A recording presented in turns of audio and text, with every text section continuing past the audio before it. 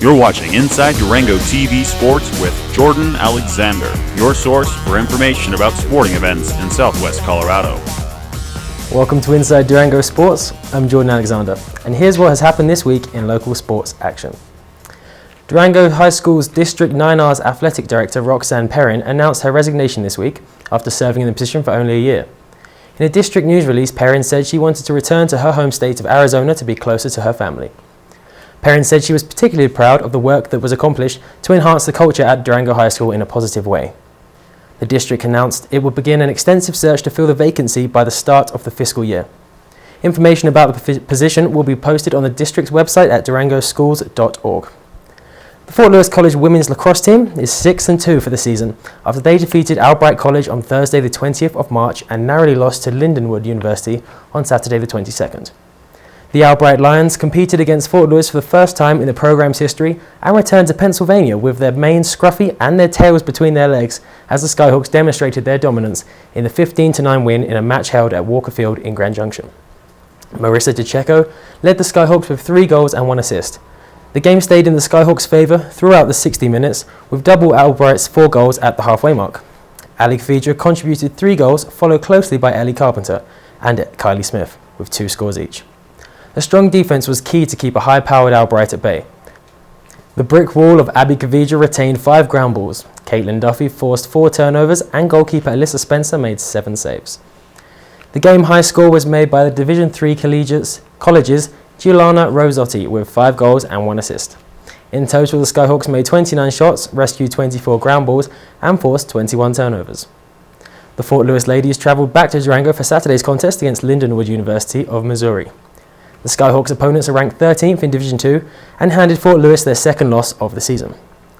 Ellie Carpenter and Ali Kvidra provided a 2-goal lead early in the game. Another from Carpenter and Jan Vertner nestled between 4 goals from Lindenwood saw the score tied at 4 apiece by half-time. Just 32 seconds after the start of the second half, the Lindenwood Lions scored again and went on to trump Coach McDonald's side 7-6. Alyssa Spencer made another 6 saves and watched from the back as her team picked up 15 ground balls and 10 draw controls. To softball, 2 days of pod play for Fort Lewis softball saw 2 drastically different results. Friday lunchtime, the Skyhawks kicked off the weekend with a narrow 4-3 win over New Mexico Highlands and a masterful 8-2 win over Colorado State University Pueblo. Against Highlands, Mindy Thompson scored the base hit to drive in Chelsea Rodriguez at the bottom of the 5th for the first run of the day and the Skyhawk lead.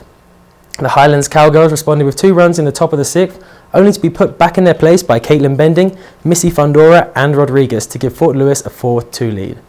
The quick succession of Skyhawk runs proved too much for Highlands as they failed to topple a Fort Lewis team who swept Colorado Christian in all 4 games last weekend.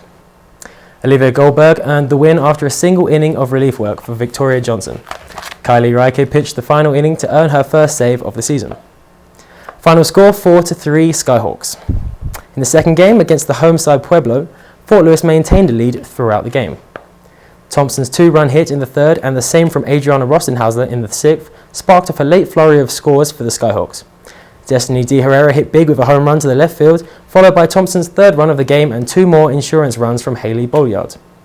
The Fort held the Thunderwolves scoreless in the final inning to take the win 8-2. Katie Watkins confirmed her 3rd win of the season with just an inning's work as Riker pitched the final 6 for just 1 run on 4 hits. Roll on Sunday, and heavy snow pushed back play 2 hours for a midday start. The delay blew the wind out of the Skyhawk sails as the team conceded their 6-game winning streak to the same teams that they beat a day earlier. Pueblo came out hot in the first to score 5 runs on 6 hits. Bolyard and Stewart cut the lead in the second with runs each. The Thunderwolves ended their run route in the second inning to give them 8. The score proved unreachable for Fort Lewis. Even 2 doubles in the 4th failed to push the away side higher than the 6 runs. With a short turnaround, the Skyhawks had no time to get the heavy defeat off their minds as they fell 5-3 against Highlands. Rodriguez put the Fort in the lead with a double to score Rostenhausler, but the Cowgirls answered with 5 runs of their own in the 3rd, 5th and 6th innings. Bending and Fundora added consolation runs, but not enough for the win. Fort Lewis takes its overall record of 12-6 to Golden, Colorado to compete against the Colorado School of Mines on March 29th. And a special congratulations is in order for Chelsea Rodriguez. The junior's 3 hits in the win over Highlands eclipses the Fort Lewis record for career hits previously held by Natalie James at 174. For all the young softball stars of the future, the Skyhawk team offers a chance to learn new skills and hone old ones in their spring softball camp on Thursday the 27th of March. Visit GoSkyhawks.com for details. In keeping with tradition, it's time for another hotly anticipated School of Skills. This week we have an absolute treat for all you golfers out there, as FLC golf captain Brian Schlichter takes us out to the Hillcrest Golf Course to teach us how to perform the perfect drive. 4!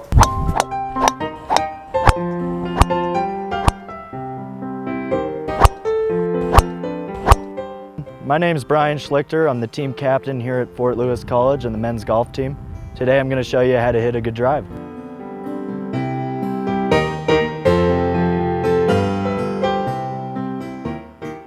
First, I'm going to teach you 4 aspects of the drive in order to hit it straight. We're going to start with the grip.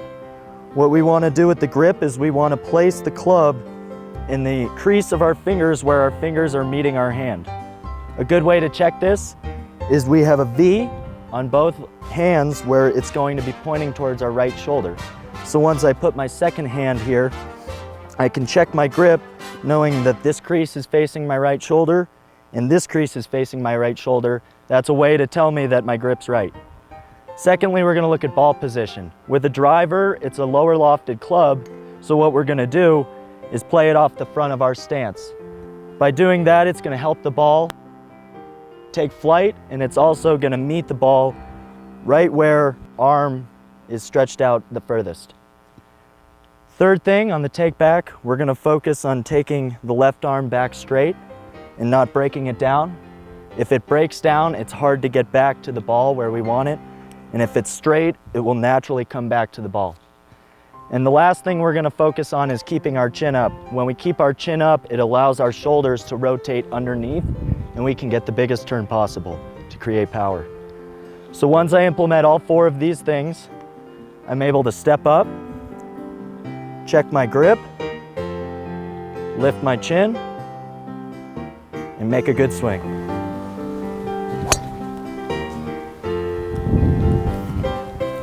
And that's how you hit a good drive. Back to you, Jordan. Thank you, Mr. Schlichter. Now for our weekly high school roundup. Lots of action this week. To kick us off, Durango boys lacrosse played an away match against the Summit Hilltoppers and returned home victorious 10-5. The girls lacrosse weren't as lucky. They still searched for their maiden victory after a 4-goal deficit saw them lose to a Grand Junction team 6-10. Coach Dalen Parker's Durango Demon girls soccer team tied 0-0 in their match against Cortez High School. The Demon swimmers just missed a 3rd place finish at the Montrose Invitational. Their team score of 268 fell 5 points short of Moffat County. Montrose won the event with a huge 778 points, more than double that of 2nd place. DHS Baseball beat Los Alamos 2-1 thanks to Blake Dunlap's complete game of 1 run on 3 hits and 4 strikeouts. Demons track and field finished in a respectable 3rd place in both the girls and boys team standings.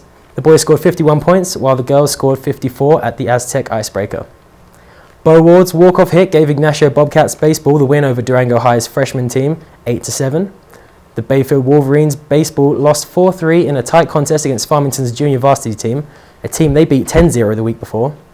And Maddie Duran's free kick in the 45th minute proved enough to give Bayfield girls soccer the victory over Telluride. And that wraps up another week of sports news from around the greater Durango area. I'm off to the driving range to give my swing the Brian Schlichter treatment. You should too. For Inside Durango News, I'm Jordan Alexander. See you next time. Thanks for watching Inside Durango TV Sports. Tune in every Thursday for more sports headlines.